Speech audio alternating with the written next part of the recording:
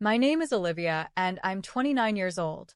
If there's one thing I've learned in life, it's how to disappear in plain sight, especially when the people who are supposed to love you the most look right past you. I grew up in a well-decorated home in West Haven, a city where appearances matter more than truth. My mother, Linda, ran the house like a showroom. Everything had to be spotless, curated, controlled, including her children. My father, Frank, was quieter but no less demanding. He cared about reputation, results, and raising the perfect family. But perfection, in their eyes, always had one name: Madison. Madison was my younger sister, 2 years behind me, and from the moment she could walk, she was their star. Her laugh was adorable, her messes were playful, and even her tantrums were charming. When I did the same things, I was too moody, too emotional, or simply too much. Birthdays were the worst. I still remember turning 15 and watching Madison blow out candles on a cake that had my name misspelled. I told myself I didn't care. I got used to the background, the shadows. I tried to earn their love by being responsible, independent, and excellent at school. I became the quiet achiever. No one noticed. Sometimes I wondered if I had imagined it all. Maybe I was overreacting. But deep down, I knew. When Madison failed a math test, Mom stayed up with her all night to help. When I brought home a scholarship letter, she said, "Don't show off in front of your sister." That's when I stopped showing anything. Looking back, I think I became addicted to the silence. It was safer than hoping for a reaction and getting disappointment in return. By the time I was 17, I had stopped expecting fairness. I didn't wait for birthday cards anymore or hope for my parents to ask how my day was. I had learned that in our home, only one daughter mattered, and it wasn't me. Madison, with her picture-perfect smile and carefully curated life, had grown into our parents' prized possession. She was charming, social, and effortlessly manipulative, though my parents never seemed to notice the last part. She could lie, fail, or throw tantrums, and Linda would defend her like a queen protecting her heir. I, on the other hand, became the family's quiet worker. I poured my energy into school, books, and responsibilities no one had asked me to take on. I cooked when Mom was busy, cleaned when she was tired, and made sure not to be in the way when guests were over. I had mastered the art of vanishing emotionally, physically, and mentally, and I did it well. When I graduated high school with honors, I didn't even get a family dinner. But when Madison posted a picture online of herself standing next to a celebrity at a concert, Linda shared it everywhere, bragging as if Madison had won an Olympic gold medal. I never hated my sister, at least not then.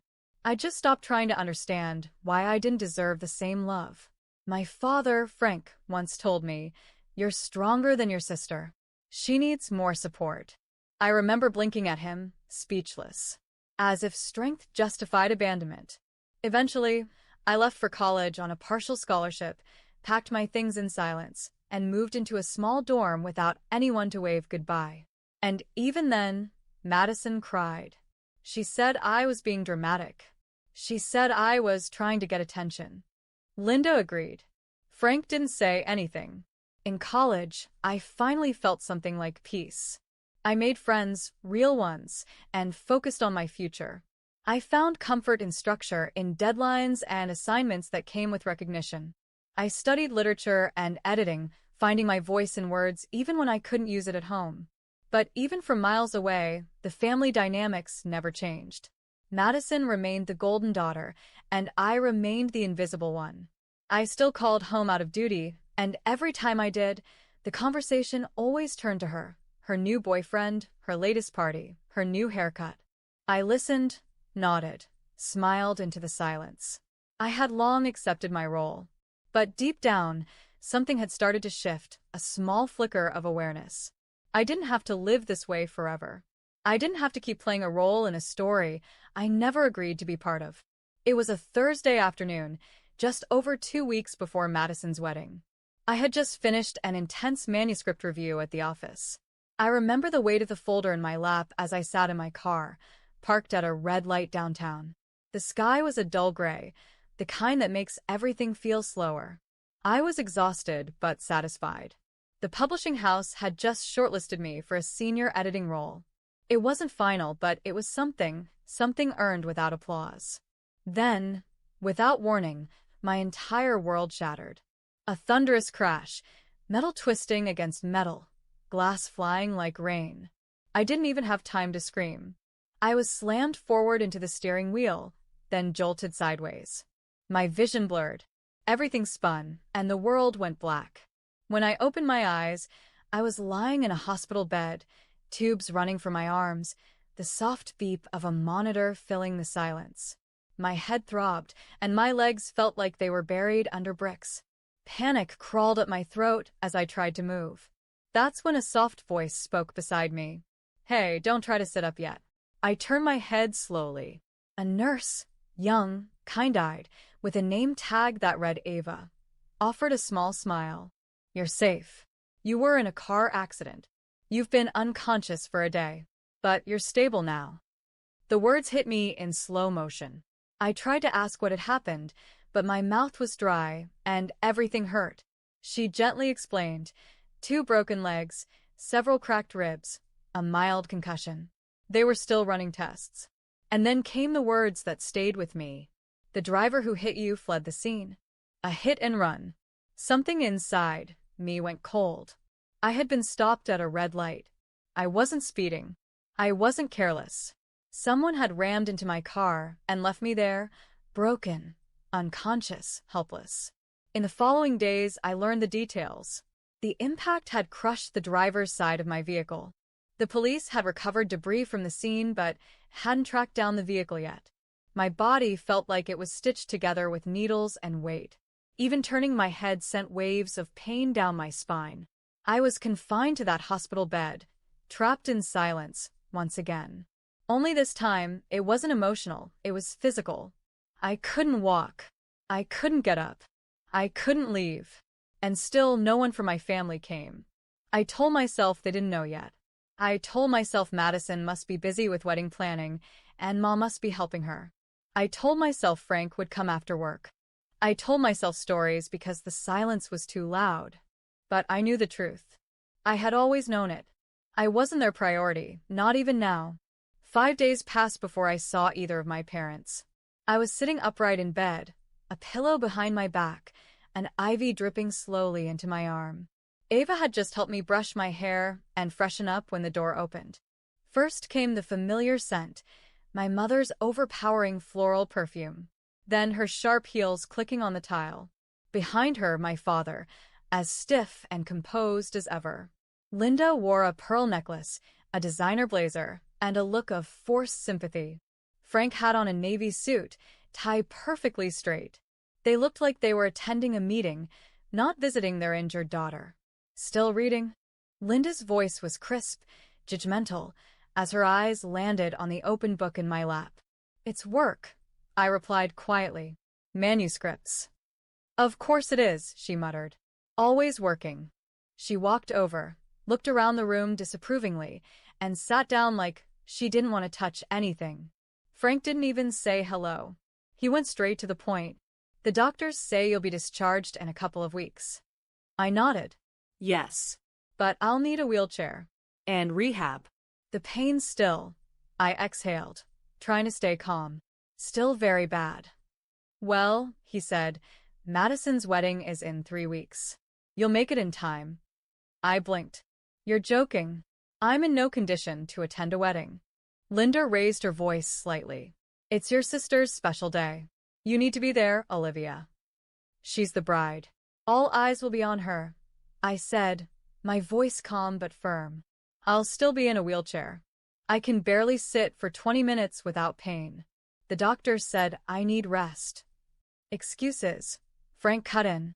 "When I was your age, I worked the day after I tore my ACL. You've always used pain to avoid responsibility." I looked at them, stunned. Were they really here to guilt-trip me into attending a wedding instead of checking if I was okay? My chest tightened. My throat burned. "You don't even care that I was hit by a car and left unconscious in the street." "You're being dramatic," Linda snapped. "Everything's always about you, isn't it?" "I've been here for days," I said, voice trembling. "Where were you? Why didn't you visit? Why didn't you?" "Because we were planning your sister's wedding," she barked. "She's stressed enough without you adding to it."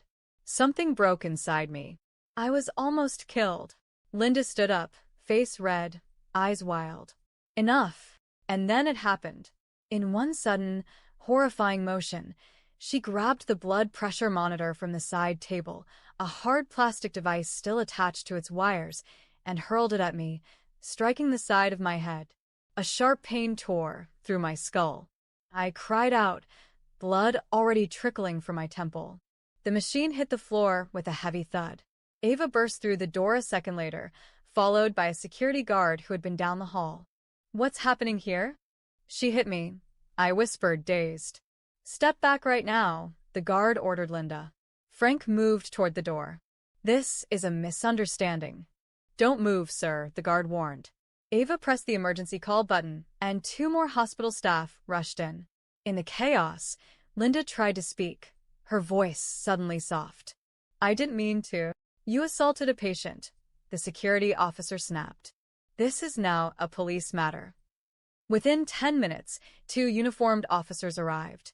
Linda and Frank were arrested right there in my hospital room, handcuffed in front of me. They didn't fight. Frank looked stunned. Linda tried to cry, real or fake, I didn't care.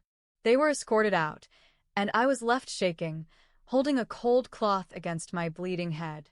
For the first time in my life, I wasn't just ignored. I was hurt. And finally, someone saw it. I stayed in the hospital overnight for observation after the attack. The doctors ran a CT scan to make sure there was no serious internal injury from the blow to my head. Ava stayed late, far past her shift, just to sit beside me. She kept pressing ice against the side of my face and whispering, It didn't deserve that. None of it." I didn't cry. I didn't scream. I just lay there in silence, watching the sterile white ceiling and wondering how far a person has to fall before their family notices the bruises they leave behind.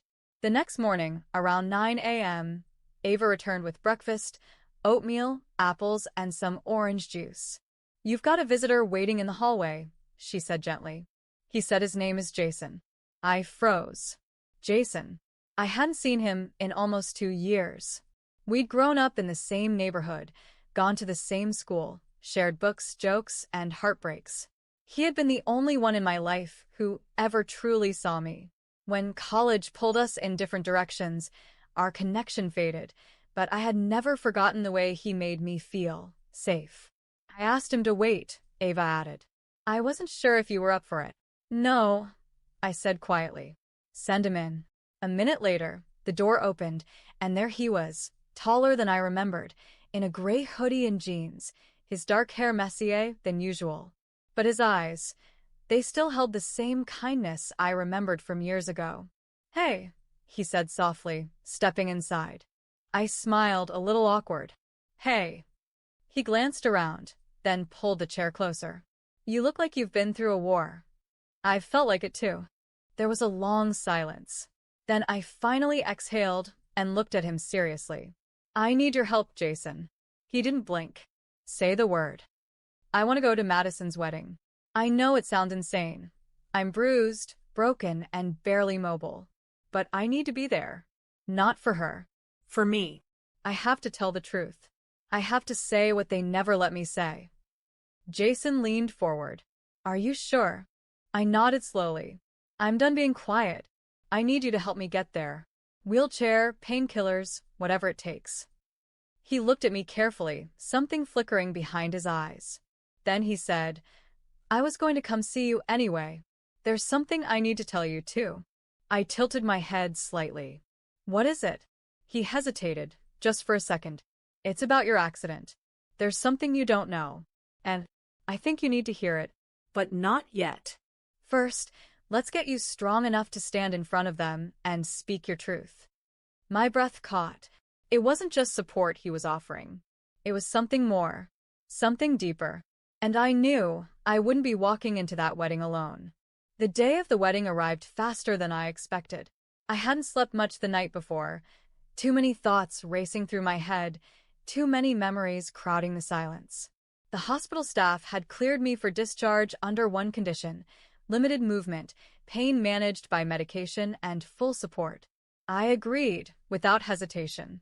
Jason had already taken care of everything. He brought me a simple but elegant navy blue dress that could fit around my casts. Ava, bless her heart, helped me get ready, doing my hair, applying light makeup to cover the bruising near my hairline. "Are you sure about this?" she asked as she fastened my bracelet. "I've never been more sure about anything," I whispered. Jason wheeled me out of the hospital with steady hands. We didn't speak much on the way there. He glanced at me often through the rearview mirror, his eyes filled with quiet reassurance. I clutched the small note card in my lap, the one with my speech, though I didn't know if I'd follow it. The wedding venue was a grand hotel in downtown West Haven, full of chandeliers, white roses, and polished marble floors. Guests were already arriving, dressed in flowing gowns and sharp tuxedos, smiling for photos as if the world was perfect. No one there knew that the bride's parents were already behind bars. Jason parked near the side entrance. "They've arranged for a ramp," he said. "But if there's any issue, I've got you." He helped me into the wheelchair and guided me through the side corridor. Inside, the air was heavy with perfume, laughter, and polite whispers. Heads turned as we entered. Some guests recognized me. Others just stared. A woman in a wheelchair, visibly injured, flanked by a man with determination in his stride. I could feel the murmurs already starting. "She's Madison's sister? What happened to her? Isn't she supposed to be recovering?" We entered the grand ballroom, where the ceremony was minutes away from beginning. Rows of white chairs filled the space. The aisle was lined with flower petals, leading to an arch where Eric, the groom, stood stiffly. He looked handsome but distracted. Jason leaned close to me and whispered, "You're stronger than all of them, Olivia." I nodded once, silently. That's when I saw Madison. She was radiant in her white dress, every strand of hair in place, her makeup flawless. She noticed me instantly, and for a split second, her smile faltered. But then, she turned away and continued posing for photos. She wasn't surprised I was here. She was annoyed. As the ceremony began, I felt the tension in the room shift. Jason gently pushed me forward to a spot near the front row. I saw Susan, the groom's mother, seated near us. She looked at me, really looked, and offered a small nod. I couldn't tell if it was sympathy, curiosity, or respect. Maybe all three. The officiant welcomed everyone. The music began. Madison walked down the aisle, clutching Frank's cousin's arm instead of our father's. No one explained why her real parents were absent. The lie hung in the air like perfume, sweet, strong, and suffocating. As vows were exchanged, I sat in silence, hands folded in my lap. I wasn't here to stop the wedding. I was here to stop pretending. The ceremony ended with applause, camera flashes, and forced laughter. I stayed still in my seat, feeling every second stretch like an eternity. Jason stood behind me, one hand resting lightly on the wheelchair handles. He hadn't said a word since we entered, just stayed close, like a quiet shield. Guests began moving toward the adjoining reception hall. Champagne flutes clinked. The band started playing soft jazz. Waiters floated between conversations with trays of sparkling drinks. Everyone was trying hard to pretend that the bride's parents hadn't missed the biggest day of her life. I knew it was time. We entered the reception area slowly. Jason maneuvered my chair to a discreet corner table where I could still see the stage. The place was gorgeous, gold drapes, tall candles, floral centerpieces at every table. A photographer hovered near Madison and Eric, snapping pictures as they greeted guests. Madison's eyes darted toward me a few times. She never smiled.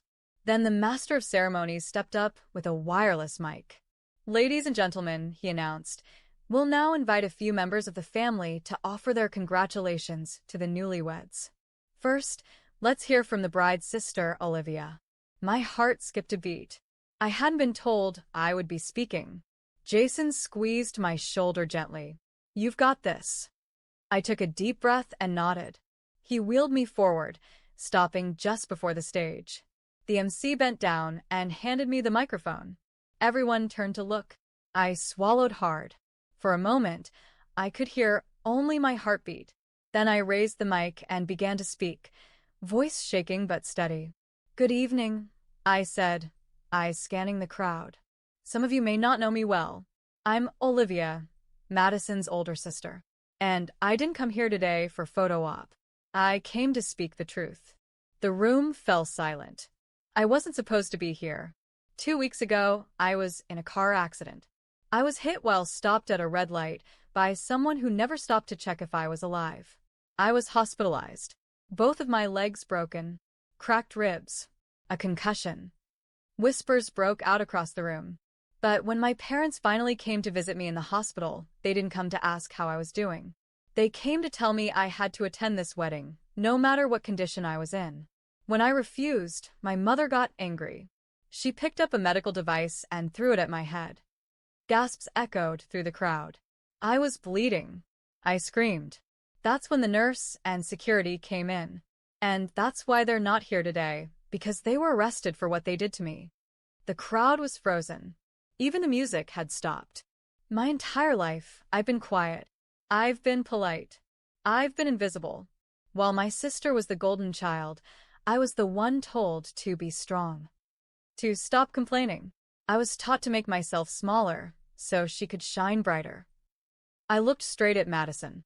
She was pale. Her hands clutched the edge of the table. But today, I am not shrinking. Today, I am not hiding. Because I've realized silence helps no one. I paused, then softened my voice. To Madison, I hope this marriage brings you the happiness I never had. But I will no longer protect people who hurt me just because they share my blood. I handed the mic back, and the applause started. Slow at first, then louder. People stood. Others wiped their eyes. Jason stepped forward and wheeled me gently back to my seat, where I sat shaking, not from fear, but from release. For the first time, I had spoken. And for the first time they had listened. I was still catching my breath when Jason gently whispered, "Are you okay?" I gave the smallest nod. My speech had taken more from me than I expected, not physically, but emotionally. A lifetime of silence broken in 7 minutes. 7 minutes that had left the entire room in stunned quiet. Then Jason stepped forward. I watched, unsure of what he was doing, as he walked to the front, calm, steady, but with fire in his eyes. The master of ceremonies looked confused, but handed him the microphone without question. Jason cleared his throat and spoke with a quiet firmness that carried to the farthest walls of the ballroom. I didn't plan to speak today, but there's something that needs to be said and heard. Everyone's eyes shifted from him to me and back again. My name is Jason, and I've known Olivia since we were children. I'm here because she asked me to help her attend today. But I'm also here because of something else, something I can no longer keep to myself. He paused for just a beat. Madison stiffened. Eric looked at her, confused. I work with a private legal investigator, Jason continued. 2 weeks ago, I was working late downtown. On my way out of the office, I witnessed a serious car accident. A vehicle ran a red light at full speed and struck another that was stopped. The driver didn't stop. They fled. The whispers returned, louder now. I reported the license plate number I caught to the authorities. Yesterday, I followed up. That vehicle was traced to a garage outside the city. It was under repair for a front-end collision. He turned to look directly at Madison. The car is registered to you. Madison's face went white. Her hand trembled as she reached for Eric's arm. That's not true, she said in a shaking voice. That can't be. Jason held up a printed document. Garage receipt. Time-stamped. Under your name. And GPS data from your phone places you within 2 blocks of the intersection when the crash occurred. A heavy silence dropped over the room. Olivia was the victim in that hit and run, Jason said. She was left unconscious, bleeding, and broken in her car. And the person responsible was her own sister. Madison stood up suddenly, her voice rising in panic. It wasn't intentional. I didn't know she was there. I panicked. Eric stepped back from her like she was radioactive. You hit your sister and left her to die? No, no, I didn't mean to. He shook his head. You never even told me. Jason wasn't done. And Olivia's parents? They knew. They helped cover it up. Took the car to a private repair shop and told no one. That's why they're in jail, not just for assault, but for obstruction of justice. A collective gasp rose through the guests. Several stood from their seats. Susan, Eric's mother, put her hands to her face, visibly shaken. The venue was now chaos. Phones were pulled out. Whispers turned to outrage. Then came the final blow. Two uniformed officers, who had been standing in the back quietly, stepped forward. Madison Walker? One of them said. You're under arrest for felony hit and run, reckless endangerment, and failure to report a criminal offense. The room froze. Madison tried to say something, anything, but the officers had already taken her by the arms and read her rights. Eric stood there, stunned, his wedding ring hanging loosely on his finger. He slipped it off, quietly, deliberately, and placed it on the table. As they led Madison out of the ballroom, I sat there, not smiling, not triumphant, just breathing. For the first time in my life, the truth wasn't just mine. It belonged to everyone in that room. The courtroom smelled like old wood and tension. Weeks had passed since the wedding, but the sting of betrayal hadn't faded. I sat in my wheelchair beside Jason, both of us quiet as the bailiff called the court to order. The headlines had already circulated. Bride arrested at her own wedding, and the city buzzed with whispers about the shattered family beneath the polished surface. I didn't care about the gossip. I wanted the truth recognized where it mattered most, under oath, before the law. Linda and Frank sat at the defense table, both looking drained and pale. For once, Linda's makeup didn't hide the fear in her eyes. Frank wouldn't even look at me. Madison sat apart, in a separate hearing, facing felony charges. Her trial was happening next door, but we'd all been linked, and this day would settle what they tried so hard to bury. Jason had helped me file charges for assault, hospital attack, conspiracy to obstruct justice, evidence tampering, emotional and physical trauma. I testified calmly, truthfully. I didn't dramatize or exaggerate. I just told the story, my story, the way it really happened. The judge, a stern but fair woman named Judge Carter, listened intently. Jason presented the medical reports. Ava, my nurse, gave testimony. Security footage from the hospital was shown. Jason also submitted the repair shop receipt and phone records, proving that Linda and Frank had knowingly concealed Madison's actions. When Jason closed with his final words, I felt something stir in me. Not just hope, but power. This case is not just about bruises and broken bones, he said. It's about years of silence, about a family system that rewarded one child with protection and punished the other with isolation. Today, this court has the chance to acknowledge that silence does not equal peace, and that no one, no matter their title or blood, is above the law. The room remained still as the judge took a breath. Then came the verdicts. Linda Walker, guilty of assault and obstruction. Frank Walker, guilty of conspiracy to conceal a felony. Sentencing followed immediately. Both were sentenced to 18 months in state prison, with no possibility of early parole.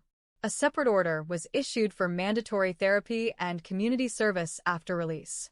As the gavel struck, Linda broke into sobs. Frank bowed his head, but said nothing. I didn't cry. I didn't flinch. I simply watched as they were taken away, not out of vengeance, but resolution. An hour later, we were outside the courthouse. The sun was out, warm against my skin. Jason stood beside me, his tie loosened, his expression gentle. He reached into his jacket pocket and pulled out a small velvet box. My breath caught. Olivia, he said softly, I've watched you fight battles no one should face alone. You've shown more courage than anyone I've ever met. And I don't want to be just your friend or your witness. I want to be your home. He opened the box. Inside was a simple, elegant ring, understated, but full of meaning. Will you marry me? Tears welled in my eyes, not from pain, but release. The kind of tears that come when you realize you're finally seen, finally safe. I whispered, yes. 1 year later, I walked across the park without a cane. The wind carried the scent of cherry blossoms, soft pink petals falling around me like a quiet celebration. Jason sat waiting on a bench beneath a tree, his hand resting gently on his knee, a smile playing on his lips the moment he saw me. I still can't believe you're walking like that, he said, standing as I approached. I smiled. Neither can my physical therapist. We sat together, watching the families pass, the kids laughing near the fountain. My legs still ached on colder days, but I didn't need painkillers anymore. The scars were fading, on my body and in my heart. So much had changed. After the trial, I took a few months to focus solely on recovery. Jason moved in with me temporarily, but by the time spring arrived, we both knew it wasn't temporary anymore. We got married in a quiet ceremony by the lake. No matching dresses. No staged photos. Just people who loved us and a small circle of peace. I'd returned to work at the publishing house, now as an associate editor. My boss had held my position, and to my surprise, the team welcomed me back with respect, not pity. But the biggest change was the book. Invisible No More, a true story of silence, survival, and strength. It was mine, written, edited, and published under my name. It became a quiet bestseller. People emailed me, messaged me, even stopped me at cafes to say, "Thank you. That was my story, too." And Madison? She was sentenced to 3 years in prison. She served just under 2, was released under strict parole, and ordered into court-mandated therapy. We haven't spoken since. Her silence used to haunt me. Now, it sets me free. As for Linda and Frank, they tried to reach out after their release. Letters. Voicemails. Apologies. I read 1 or 2. They said they were sorry, that they never saw what they were doing. But I had learned something important. Forgiveness is not forgetting. It's choosing peace for yourself, whether or not the other person understands your pain. So no, I didn't go back. I didn't rebuild what was never whole. I moved forward, with Jason by my side, not as a survivor, but as a woman who rebuilt her life piece by piece. Jason turned to me on the bench. They reached out again, didn't they? I nodded. You okay? I am, I said. I'm really okay.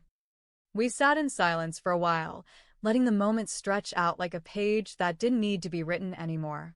I looked down at my ring, sunlight dancing across its surface, and for the first time in my life, I felt it, completely and without doubt. Freedom, not the kind you run toward. The kind you build slowly, painfully, but permanently.